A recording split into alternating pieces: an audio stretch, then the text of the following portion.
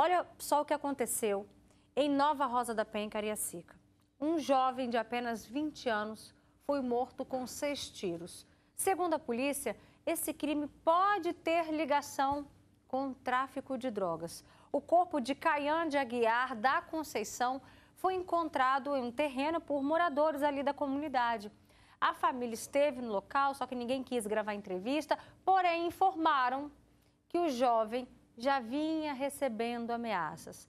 Segundo os parentes, o rapaz deixou um filho de 3 anos. Pensa, gente, o corpo da vítima foi encaminhado ao Departamento Médico Legal de Vitória. E a gente para pensar, essa criancinha de apenas 3 anos também é uma vítima direta dessa violência. Olha aí a herança que esse pai deixou, que um pai deixa para um filho. É uma história muito triste, gente. Por isso que a gente sempre reforça, né, a importância das nossas escolhas. Elas atingem diretamente quem? Os nossos filhos. E a gente vai debater esse assunto aqui no nosso estúdio. Vem cá, participa com a gente. Eu recebo a psicóloga Elza Leite. Muito obrigada, Elza. Boa tarde. Seja bem-vinda, viu? E também a Ana Paula. Gente, Ana Paula Honorato, ela vai contar pra gente a história dela, que você, inclusive, se identifica um pouco com essa, né, Ana Paula? Se identifico. Boa tarde. Conta pra gente o que aconteceu. Eu fui mãe, né, nova. Quantos anos? Eu tive a minha filha com 17 anos, 16 para 17 anos. Aí conheci o pai dela, engravidei e fui morar com ele. Aí ele começou a se envolver com pessoas do tráfico de droga, saía, ficava 2, 3 dias fora de casa. Aí quando eu fui ganhar a minha filha, ele ficou sabendo depois que eu ganhei ela, né? Depois que eu ganhei no outro dia, ele foi lá, compareceu no hospital. Aí, enfim, tivemos um convívio no começo até bom, mas depois, com uns 3 meses de nascido, antes dos 3 meses de nascido, foi que ele começou com a maconha, né? Desde novo, começou com a maconha. Eu não sabia, ele usava droga fora de casa. Aí depois ele foi para a cocaína, da cocaína foi para o crack. E o que aconteceu com ele? Ele foi assassinado. Ele foi assassinado? Foi. A sua filha tinha quanto tempo de vida? 3 meses. 3 meses. Como é que foi para você essa mistura de sentimentos? De ter que encarar essa dor da perda da pessoa que você amava, que estava ali com você, era o pai da sua filha, e ao mesmo tempo lidar com essa realidade de ter que criar, a responsabilidade de criar uma filha, ser pai e mãe, e você ainda ali na adolescência, na juventude. Como é que foi isso para você? Foi uma situação muito difícil na minha vida. Confesso que foi muito difícil ser pai e mãe. Ter uma responsabilidade. Na época, minha mãe era viva, tive um suporte da minha mãe, do meu padrasto, qual eu fui criada por ele. E quando eu completei meus 18 anos, né, ele me liberou. Assim que assassinaram o pai da minha filha, a minha mãe ficou muito assim, sem saber o que fazer para poder me ajudar, né? Porque na verdade, foi um choque, né? Para nós, para todos nós, tanto quanto para minha família, quanto a família dele. Encarar a dor para encarar a dor da perda, como que a gente ia fazer? Porque é tipo tirar um pedaço de você, né? E agora, como é que eu vou fazer com uma filha pequena, né? Aí eu superei, eu fui morar com meu padrasto, com 18 anos, foi que eu coloquei meus pés no chão e hoje em dia estou aí, vivendo pela graça do Senhor Jesus, né? Em algum momento, qual foi o momento, né? Como é que foi isso que você trouxe essa verdade para sua filha? Ela te perguntou, você que resolveu contar, como é que foi isso? Na verdade, ela ficou sabendo pela avó paterna, porque eu me relacionei com o pai do meu filho, que tem 13 anos, e daí então ela conhecia ele como pai, né? Segundo relacionamento seu? Relacionamento. Aí, foi difícil para ela, né? Ela falou que eu menti, mas não foi mentira, né, pro mal dela, e não mentir. Eu não queria passar a situação para não bagunçar a mente dela, na verdade, né? Aí depois, com o tempo, ela aceitou, né? Porque não tem como não aceitar, né? Não dá para mudar o passado. Não dá para mudar o passado. Né? Mas, Elza, a gente consegue ressignificar A gente não pode mudar o passado, mas se tratando das nossas crianças, como fazer essa abordagem, como explicar, né, o histórico do pai, essa, digamos, essa herança, essa história triste que acabou ficando marcada na vida também dessa criança. A perda por si só já machuca muito. Quando ela vem por um homicídio, é muito mais complexo. A gente tem que entender que a criança ela merece a verdade. E muitas vezes a verdade dói profundamente, dói até em contar. Quem dirá em ouvir. É óbvio que, dependendo da idade da criança, das circunstâncias que essa criança está, da condição de saúde mental dessa criança, a gente tem que adaptar essa notícia. E, às vezes, se for preciso, chama um profissional para que dê essa notícia junto com você. Mas fale a verdade para ela, ajuste a sua linguagem, a idade dela, né? Mas fale a verdade. A criança merece transparência. Por quê?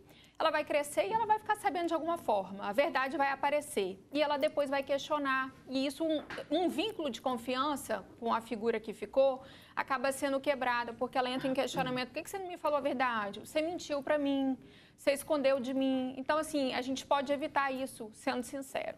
Quais são as consequências que toda essa história, toda essa carga pode trazer para a vida de uma criança, Elza? Essa criança ela vai crescer com a sensação de que foi roubada pela vida.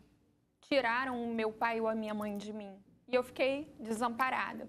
Então, a criança, às vezes, ela cresce um pouco mais isolada, ela tem dificuldade de verbalizar os sentimentos dela. Às vezes, ela tem uma mudança de comportamento, a criança que dá mais trabalho, sabe? É mais bagunceira, é mais agressiva, porque ela está tentando compreender essa perda. E, para a gente ressignificar, a gente precisa elaborar o nosso luto.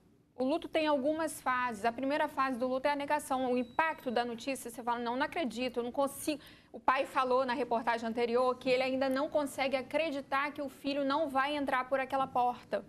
Então, a gente tem que elaborar as fases do luto. Até vir a aceitação, que é a última fase, demora. Então, se está doendo, coloca a dor para fora, fala da dor, chora, esperneia, grita. Se possível, faça o ritual de despedida. A gente tem que viver o luto para que a gente não viva de luto. Você conseguiu viver essas fases, Ana Paula? No começo foi difícil, foi muito difícil. Qual eu já congregava no Ministério Impact, que eu era do pastor Márcio da Vitória. Ele foi um canal de bênção na minha vida e continua sendo até hoje, que hoje em dia eu sou missionária lá, né? Aí foi assim, foi diferente porque quando a gente tem uma perda sem Jesus, com Jesus a gente consegue superar, né? Com Jesus, e o meu pastor Márcio da Vitória, ele foi muito assim, acolhedor nesse lado aí. Na medida que a Elza ia falando das consequências que isso pode trazer na vida das crianças, essa mudança de comportamento, eu vi você concordando com ela. Sim. Você viveu isso dentro de casa com a sua filha? Vivi. Ela fugiu de casa com 13 anos de idade. Ela fugiu de casa, botei na mídia, no Facebook, porque foi tipo, porque eu perdi meu pai, eu tenho que ser assim. Eu falei, filha, não é assim. Eu criei ela no caminho do Senhor, depois ela conheceu o mundo, né, com os 13 anos de idade, e ficou com uns comportamentos bem diferente mesmo. E hoje, como é que está a relação de vocês? Assim, eu tenho mais sabedoria agora, né, porque por eu ter participar de coisas lá na igreja, curso de liderança, essas coisas ajudam muito. Eu tive mais sabedoria, que na época eu não tinha sabedoria nenhuma. Eu era uma menina, na verdade, né? Porque a gente sabe que é a realidade de muitas mães, né? Quando elas se envolvem com pessoas ali da comunidade e aí, às vezes, esse rapaz pode ter ou não uma ligação com o tráfico de drogas, o que encanta, né? Talvez ao primeiro momento para essas adolescentes. Quantas mães adolescentes choram hoje por estarem viúvas e ainda ter essa responsabilidade de criar um filho mesmo com esse histórico de violência, Elza? Dói perder o parceiro, dói ver o filho sendo roubado daquilo que ele não vai poder viver com o pai ou com a mãe que foi morto, que foi assassinado. E o ambiente o ambiente do luto, Roberta, quando essa criança às vezes fica com os avós ou fica só com a mãe, só com o pai, é um ambiente muito pesado, de muito questionamento, de muita revolta, de muita mágoa, de muita raiva. E aquela criança, querendo ou não, ela vai ser impactada por aquilo, ela vai ser contaminada com todos esses questionamentos, com toda essa dor. Então, ela já cresce com aquela revolta, querendo, às vezes, até fazer justiça pela morte do pai e da mãe. Então, assim, a gente tem que ter muito equilíbrio em lidar com o nosso luto e cuidado com aquilo que a gente transfere para os nossos filhos. Olha só o comentário que a gente tem aqui da Maria Glória. Ela diz, não é fácil, Roberta. A família toda fica refém. É um medo constante. Você também teve esse sentimento de medo de que algo talvez pudesse também acontecer com você, Ana Paula? Confesso que eu tive, sim. Com sua filha também? Você teve esse medo? Tive. Porque quando se trata, né, desse mundo cruel, do mundo do crime que a gente sabe que não compensa, infelizmente, a família inteira pode acabar pagando por isso. Agora, a gente está aqui falando também não só da carga que essa criança pode vir carregar como consequência para o resto da vida, mas vamos pensar também no lado da mãe? Você, adolescente, como é que foi? O que foi mais difícil para você? O lado emocional ou o lado financeiro? Os dois.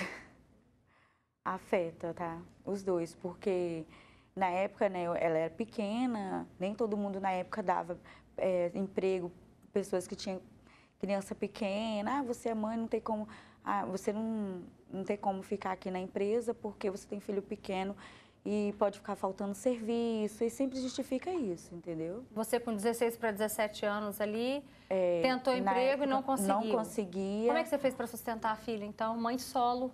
Então, esse meu padrasto, né, que me ajudou, que ele tem filho com a minha mãe, meus irmãos gêmeos, inclusive um filho mais velho, que é advogado, né? Então, ele foi o meu suporte, ele começou a pagar cursos para mim. Esse meu irmão, que hoje em dia ele é advogado há 20 anos, ele me ajudou também, pagou escola para mim e hoje em dia sou esteticista. Você disse, pagou a escola para mim. Você chegou também a trancar por um período a escola? Tive. Por quanto tempo você ficou sem estudar? Uns 4 anos. Olha aí a consequência para essa mãe também, né, Elza? Sim. A mulher, né, quando ela fica ali desamparada sem o parceiro, ela fica desesperada. Ela começa a se questionar, primeiro, que ela vai... Como é que eu vou dar conta, né, de trabalhar, sustentar? Então, quando a gente tem rede de apoio familiar, na igreja, a própria sociedade, a dor fica menor. Ela não vai diminuir, mas a carga fica mais leve, sabe? Mas não é fácil não, Roberto, o desafio é imenso. A maternidade por si só, quando a gente tem o pai da criança dentro de casa contribuindo, já não é fácil. Você imagina você ali sozinha, desamparada, vivendo o seu próprio luto, né, de ter perdido o parceiro, e ver a sua criança ali precisando exclusivamente 100% de você. Você tem que buscar uma força, uma resiliência, uma capacidade que você nem sabe que tem para poder enfrentar isso. E olha, esse não foi o único caso, tá? Teve outro caso hoje de um jovem assassinado em Carapebus, na Serra. João Vitor Conceição da Silva, de apenas 18 anos. Ele foi assassinado com vários disparos. Foi tanto tiro que até a placa com os horários dos cultos de uma igreja ali próxima, até essa placa foi atingida, gente. Segundo testemunhas, 4 homens desceram de um carro atirando. Até agora, ninguém foi preso pelo crime. E olha, a gente sabe o quanto as mulheres que são, né, que se envolvem, que existe um relacionamento amoroso com essa pessoa, com esse jovem, não só as mulheres, vamos falar também do outro lado, os homens, o quanto também sofre preconceito depois de tudo isso. Você também passou por esse sentimento? Qual que era o julgamento da sociedade?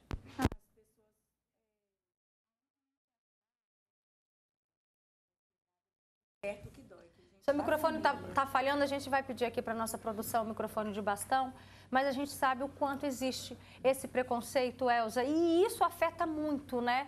Uma mulher que ainda tem aquela responsabilidade, peraí, eu preciso cuidar do meu filho. E nem muitas têm essa maturidade também.